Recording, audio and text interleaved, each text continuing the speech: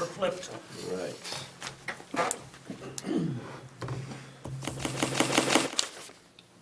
Good evening and welcome to the April 2nd, 2019 version of Fincom.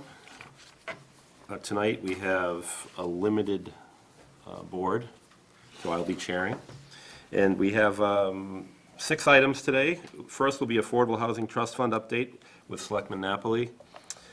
We will discuss the warrant article recommendations that we did not complete the last meeting. We will review the annual FinCom report, update if necessary, otherwise we can vote on that as well to send it to print. We have, we'll have public input, member input, approval of minutes, and then we will adjourn. So first off, Selectman Napoli, welcome. Thank you, Mr. Chair. So I meant to, I hope I have enough. I'll give Steve one if I don't. This is just a summary of the Affordable Housing Trust Fund. Just a quick little, some information. And this is Thank you. Article 9 of the annual town meeting, just for those. Yeah, I have enough. So I just put this together just because there's some questions about the Affordable Housing Trust Fund. I know Fred had some specific questions at the last FinCom meeting where this was discussed. So I just made reference to the master plan with respect to affordable housing to provide a variety of housing that meets the needs of different age groups and is affordable to people of different socioeconomic backgrounds. And then it was also one of the recommendations in the master plan and the housing production plan that we created an affordable housing trust fund, which we've done. So I just cited the statute that governs the trust fund. One of the questions was the utilization of CPA funds, which is we've requested through the CPC, that's the article that's before us at town meeting in May, and how those funds can be utilized or supposed to be utilized, just to make sure that they still fall within the requirements of the CPC. And we are mandated by statute to follow those regulations.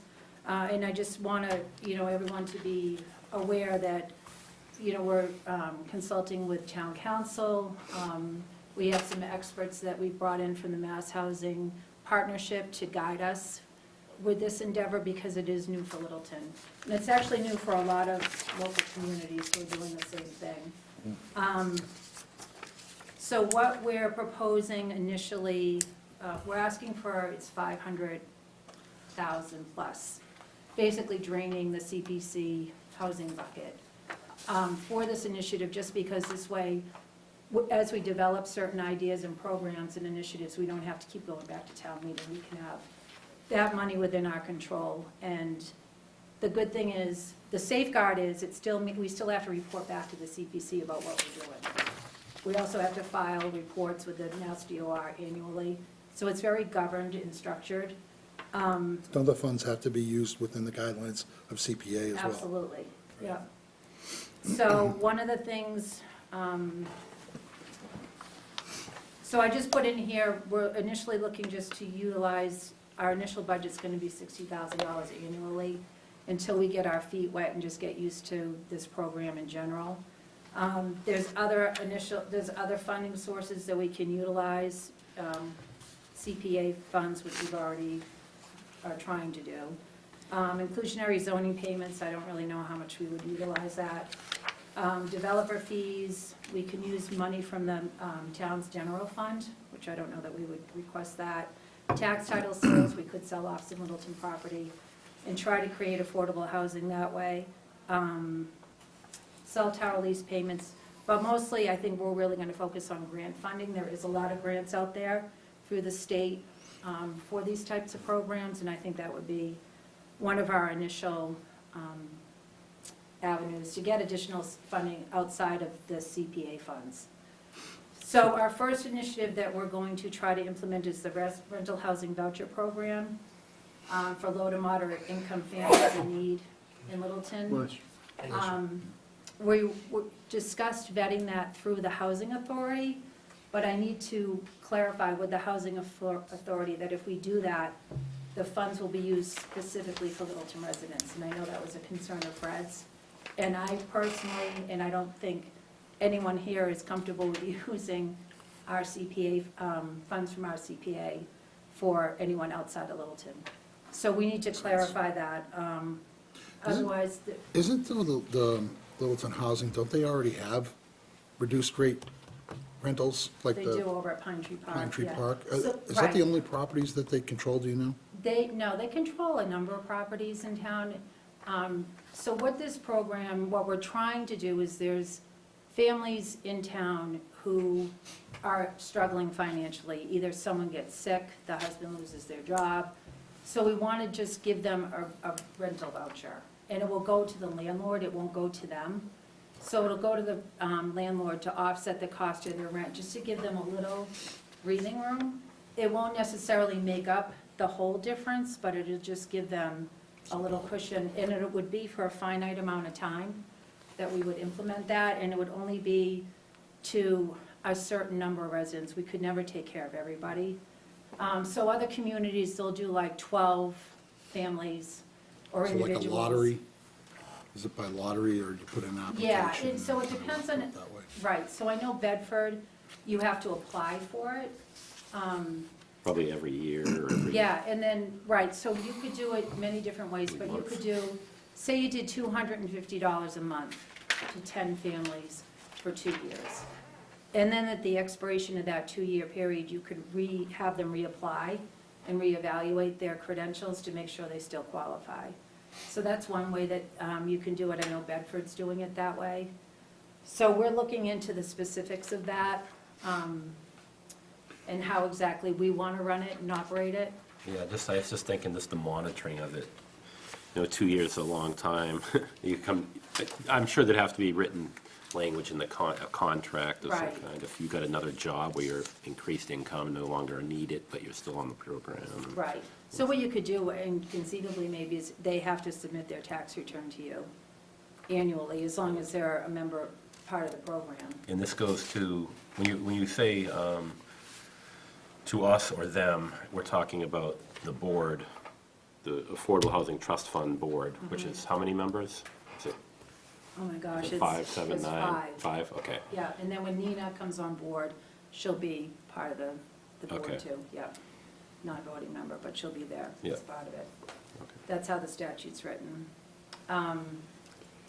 So that's the first initiative that we want to undertake, just because we've identified an immediate need in town. If you go down to the bottom of the second page, there's definitely a need that's been identified through the Housing Authority. There's over 30 individuals and families in Littleton who could benefit from this program. The other thing that we're really, really in need of is affordable subsidized rental housing. There's 34 seniors on a waiting list for subsidized rental housing.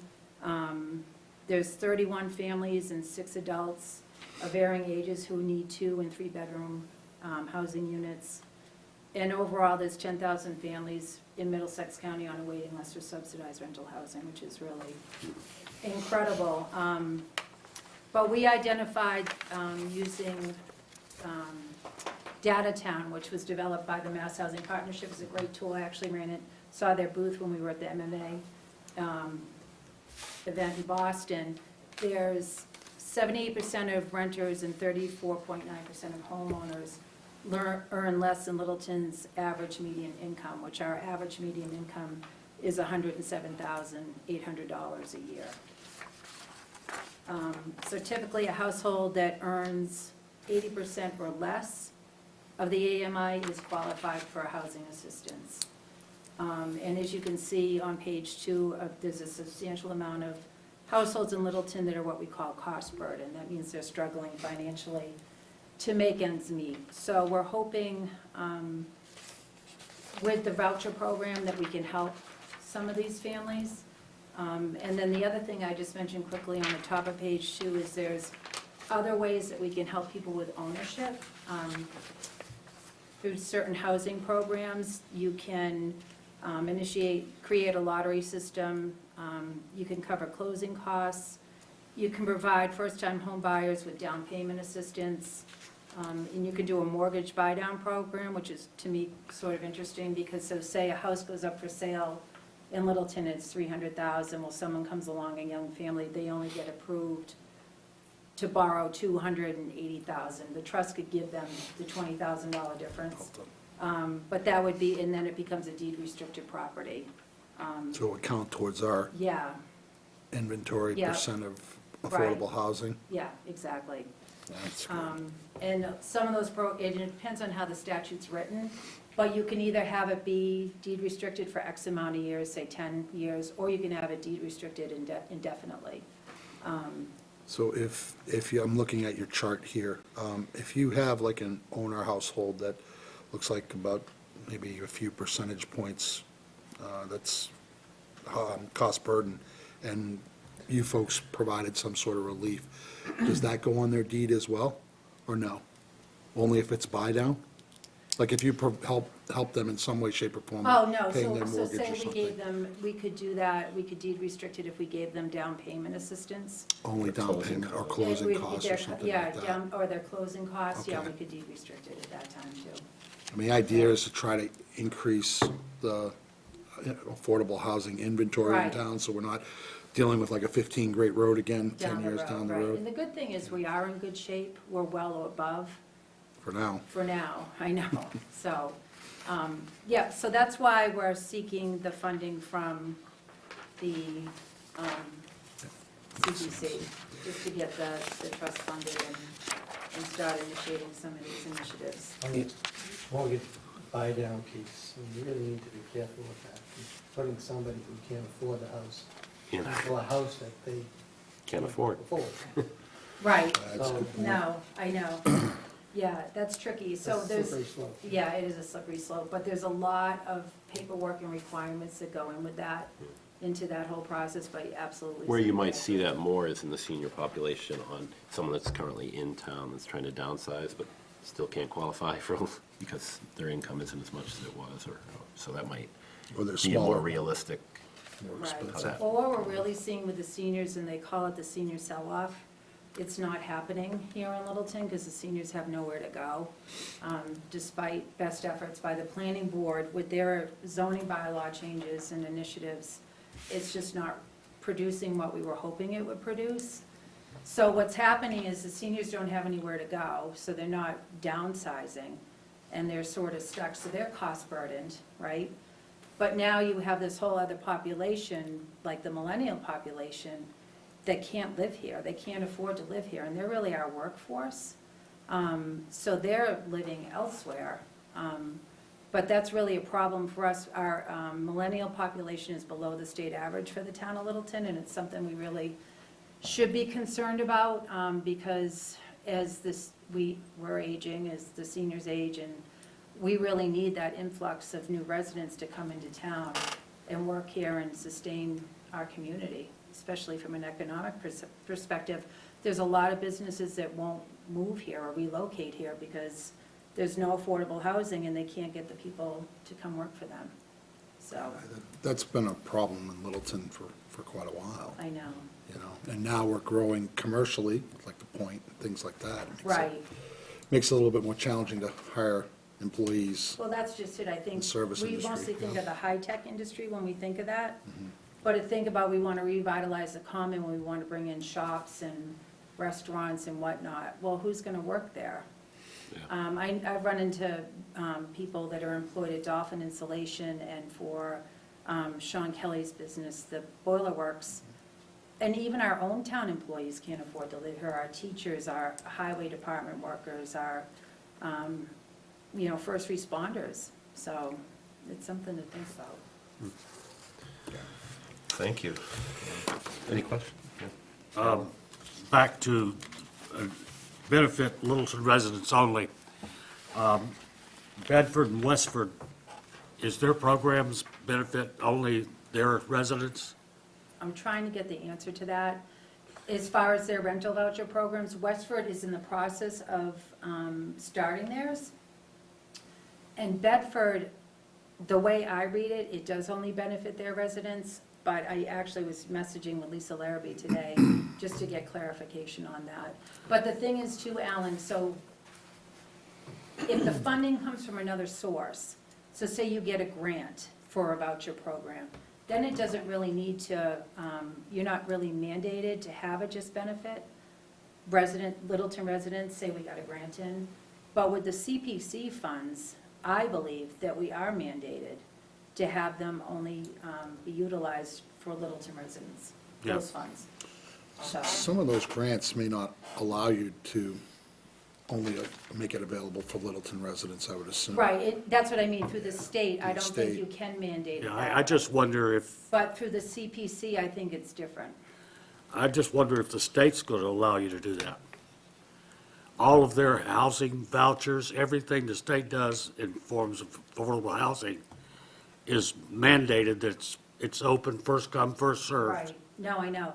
The But only it's reason also- I'm questioning it's our it, tax Alan, money, is that's just why. because it's through CPC that we're gonna start, fund this program. Which is Littleton Which is taxpayer Littleton dollars. taxpayer That would be the dollars. only difference, right? Yeah, that's the only reason I'm questioning it, otherwise, you're absolutely right. Yeah, but that was just the fly in the ointment that as I see it. Yeah, So right, if what I think is true, right, you can't hardly do any of this. right. At least with the voucher program, but with the other programs, we can. So obviously- The other thing that. Oh, go ahead. You're looking at a potential budget of 60,000 annually, which is based on the average CPA funding for housing. But if you do this, is CPA going to be able to do anything for any of the other housing initiatives that they have normally been doing? For instance, we've subsidized a lot of repair work at Pine Tree Park. Okay, That's just one instance. I know they've done several other Right. things. If this sucks up all the housing money, the trust fund can help with that. The trust fund can provide funding for repairs and home improvements and things like that, if we vote to use that money for that purpose. Anything that the CPC does with that housing, those housing bucket funds, we can do the same thing. But the difference is that you don't have to go to town meeting to vote for it, you just need to come to our board. Right. Yeah, Okay, thank you. yep.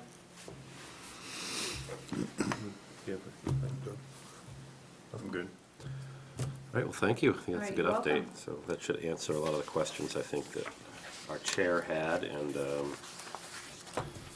kind of gets a little bit more information, I think, out to everybody to see. We'll probably see this, somewhat of a presentation like this again at town meeting. Is that, are you? Yeah, no, I think we're gonna have to. Yeah. Yeah, definitely explain it to people, so. Maybe get the answer to that, whether it's just for Yes, yeah, we'll Littleton definitely know residents. I that think that would by- go a long way. Absolutely.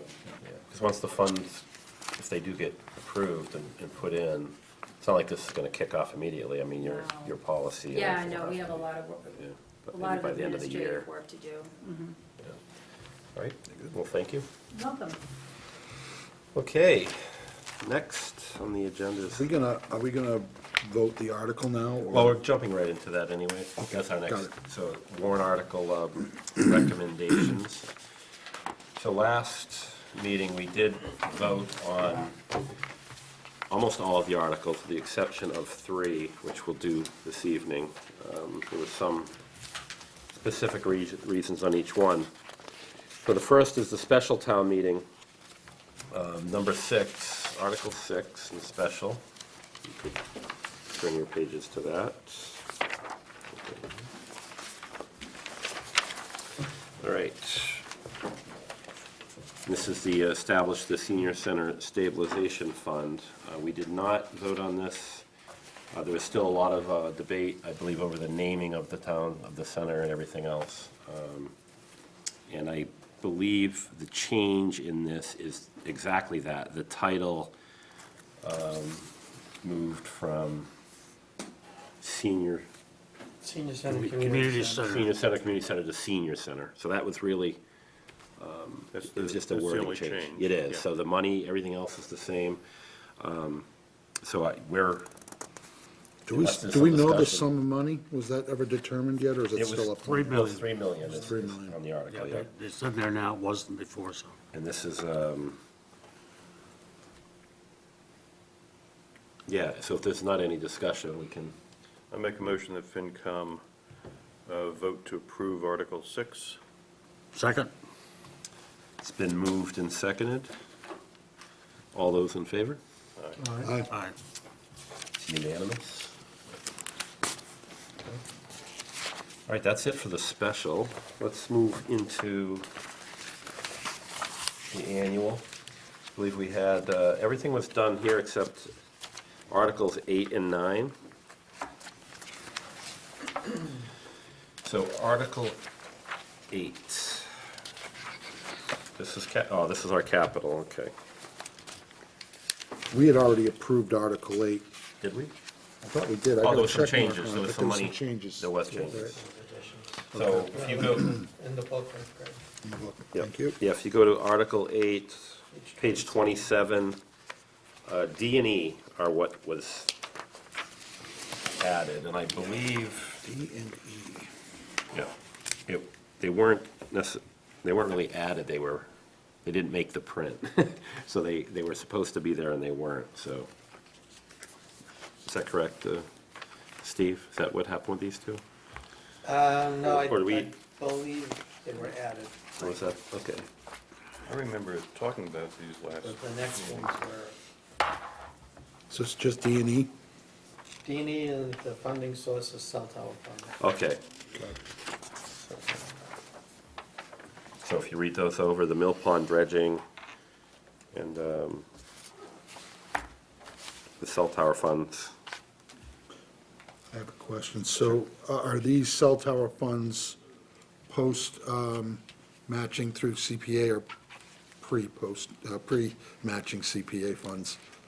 These have nothing to do with. Nothing, don't we use the cell tower funds? None for of these C- go into Clean Lakes. There's some that go into Right, CPC. right. So some this that is go going into Lakes. Clean Lakes, okay. So I just have a question on Lake Mattawanakee. We're sharing this cost with Westford. Is it a 50/50 split? I could not tell you that. Just This curious. came from the water department. so you're saying, in general, we share the costs with Westford, not specific to this article, though, to clean up the sandbar, is that correct? Well, I think this is a one and done, isn't it? Well, it says that the project costs will be shared with the town of Westford, so. Yeah, so your question is it 50/50? What's the split? Yeah. I mean, not that it matters, I'm just Yeah. curious. We can probably find out that information between now and then. That's probably a good question to ask at, maybe even at town meeting, we can find out. That's,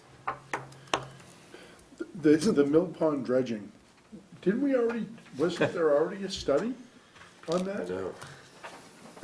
I thought that was, It was done by the Corps of Engineers. yeah, Yeah, its study was done. This is just the rest of the money that we had to put up for the study. It says the Okay. remaining financial obligation for the study. okay, Yeah, study was done. I've just been waiting for them to actually start doing something down there. right. It says it's gonna be done this summer, so then the work can begin. Drain the Put some swamp. boats out on that pond, right? You drain the swamp, right? Where have I heard that before? Certainly has turned into one. I guess my question is on this, and of course, we don't know, 'cause this is the water department on the Lake Manawanaki side. It looks like, if I'm reading this, it's on the outlet side of Lake Manawanaki, which in my mind is in Westford. It is, it's over by the beach. And there's a sandbar that is built up there substantially, so they can't, when they take the boards out of the weir to drain the lake, to kill the invasive species, the sandbar keeps the water from draining. I know because I live on the lake. So, Okay, so you have personal interest I in do. making sure this gets done. Got it. yeah. In that case, In that case, Just 50% of it. well, I'm just wondering why we're picking up the burden if it's on the Westford side. Shouldn't they do it? But I get it. It Shared, the impacts overall us. invasive it's species. shared water, I get it. It impacts Steve, so. Yeah. It's only 20 grand, it's only money, as Fred would say. We'll dump the sandbar on their side. There you go. Any other discussion? I make a motion that we vote to support this Article 8 as amended. Second? All those in favor? Aye. Aye. It's unanimous. I'll get Corey to, give us a little write-up on the house. Just about the western piece, that's all. Yeah, with the That'll obligation probably split. be asked, I would assume, anyway, at the town meeting, but, Yep. Jerry will ask it. yeah, Right. I will. All right, the next is Article 9, Community Preservation Committee. This is what Selectman Napoli had just discussed. This one, if you look at Article 9, Number 7, Affordable Housing Trust Fund, it went from 500K up to 525 from the CPA Community Housing Reserve. And there was no reason why it went up, it was just, that was the actual number that was in there. That is the full balance. Okay. So that's an accurate number, and 8 and 9 are both new. But this is ones that should have been on there that These weren't. are the ones that should have done, that's the, with the correction. So they were, A couple of weeks ago. yeah. It missed the copy or whatever, didn't print the last two, so Let me look at the, this should have been in here. And it is there is significant money there, so we probably want to look at it. And it's a Long Lake renovation project, $120,000 from CPA Recreation Reserve for Long Lake renovation. And parking for 300 King Street, $250,000 from CPA Recreation Reserve for parking at King Street. Those are the two items, I remember they were on the capital plan, Park and Rec, and I do. So they- the funding came from. they don't want to try to save some of those funds for building something at the beach? That's what this is being, They can't get the perk. Oh, they can't get it to perk, so that that's part of done? it, yeah. Okay. Yeah. Well, PMBC has voted to get Weston and Sampson to do a study of the septic system over at the school to see if there's a possibility that they can tie in there if there's a capacity. Shaker Lane. Oh, okay. We'll, so that's to be determined, so that's still down the road. Okay, pump it over there. Well, wouldn't that be great? I hadn't thought about that. Well, you know That'd what? be a Right game close changer. by. Yeah, it's close by. Yeah. You hate to dig up Goldsmith Street, but Who was the brainchild of that? That's brilliant. I think that came from Chris Stoddard. Yeah, great. that's a good idea. Well, great to have him on board. Actually, So does Hang that on. change the both- way, Both he and Anthony were involved in that. Yeah. I got the email, said, do we have money to do this? Yeah. Wow, which would probably be in the end, a less costly fix than we would have had presented. Well, not only do we need to find out if there's capacity, but what is the life expectancy Of that system. And if we load it up some more, does that decrease the life expectancy of the system? So, that's what the study's gonna tell us. Yeah, I would think it's used during the summer at the beach, so the school's closed typically in the summer months. Well, schools Slow. still utilize. A little bit, yeah, a little bit, Yeah, with like camps and Ottawa. stuff, but. Yeah. So does the question I would have is, does that change the way Park and Rec feels about spending their money? Because if that's an avenue they can go down, would they change their mind on spending it on these other two projects? Do you have a feel for that? There are other issues. Originally, they came in with a one-story structure, and then they came in Yep. with a two-story structure, which just ballooned the cost like fourfold. Yep. So that's just it's not in the cards right now. yeah. All right, I guess we vote what's in front of us. Any other discussion? The Long Lake project, again, going back to Sure. Long Lake, is that the cost of actually performing the work of dredging the pond? Or is that our share and then, aren't we getting a subsidy? It's a good question on that. Does anyone have an answer for that?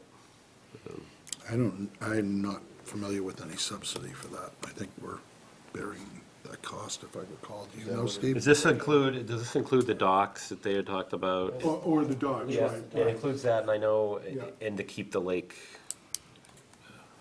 healthy, I guess you would say, is a lot of it. Taking all the- Right, I know it's that. okay. See, But this does not weeds up. include any of the building No. part of it at all. This Yeah, is the right. mooring of the boats and the docks so that the fishing This can be is all separate. in the lake Yeah, itself, yeah. Yeah.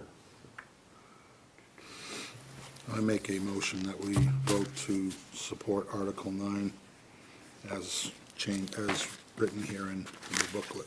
Second. All those in favor? Aye. Another unanimous vote. We are flying through this today. Well done, Mr. Chairman. That is, we are officially done with the articles in our support of thereof, so Yay. let's move on to the Finance Committee's finance report update for the year, which we'll hopefully get to vote on tonight, and we can put this into print. I'd say I think kudos. you've all seen it, I hope, through email. Kudos to those who contributed. Great job on that. I'd like to make one minor change. My name is spelled wrong, so I'd like to get that corrected. Add an extra G in there, please. So it's Greg? It's Gregiga, Greg, just for the Greg. record. My mom punished me. I don't know what else to tell you. I spell it wrong every other time I talk to him, because I don't really. It's attention to detail, my friend. I'm with you. Other than that, I'm good with it.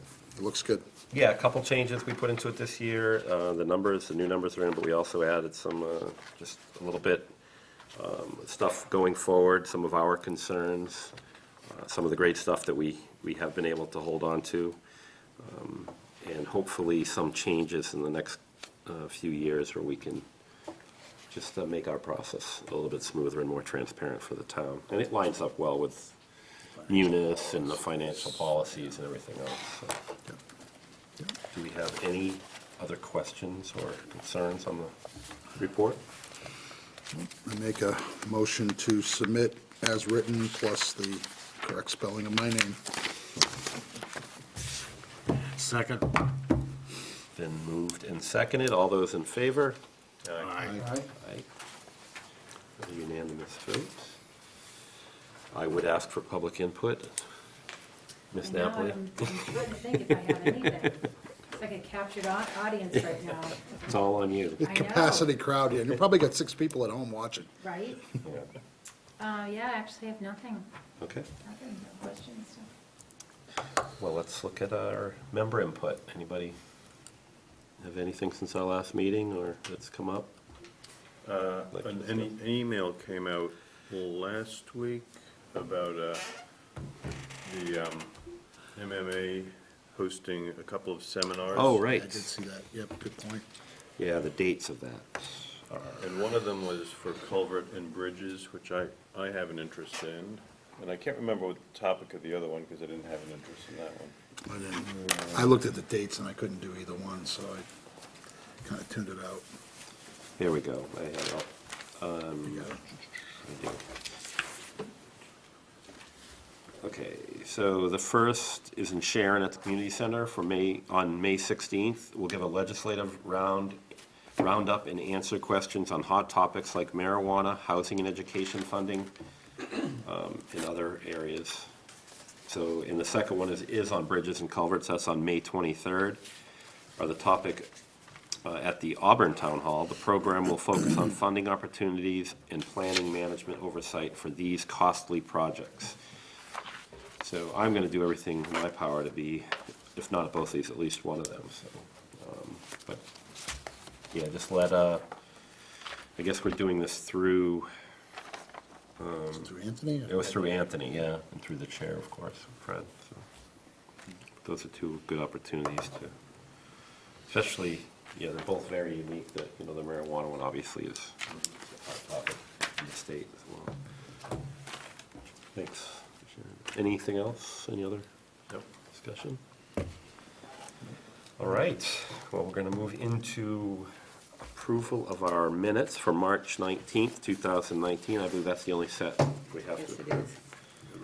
Do we have members here?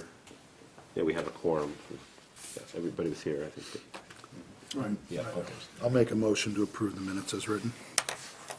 Second. It's been moved and seconded. All those in favor? Aye. Aye. Thank you. It's unanimous. When's our next meeting? Next meeting, that's a good question. Let me see what I had on our calendar. I think our next meeting is the meeting at Town meeting? town meeting right before. There wasn't one before that? I thought we had one on the calendar. Let me dig through real quick. Could be wrong. On the, like the last week of April. I do, okay, wait a minute. I have something on the 23rd, is that correct? That I think sounds, that sounds right. that would be to tie up any